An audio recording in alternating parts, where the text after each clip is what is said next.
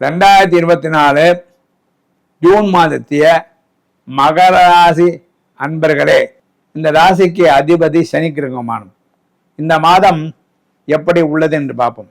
சனி கிரகம் 2ஆம் இடத்திலும், ராகு கிரகம் 3ஆம் இடத்திலும், செவ்வாய் கிரகம் 4ஆம் இடத்திலும், சூரியன் 5, 6ஆம் இடத்திலும், புதன் 5, 6, 7ஆம் இடத்திலும், குரு பகவான் 5ஆம் இடத்திலும், சுக்கிரன் 5ஆம் இடத்திலும், 6ஆம் இடத்திலும், கேது 9ஆம் இடத்திலும் உள்ளது.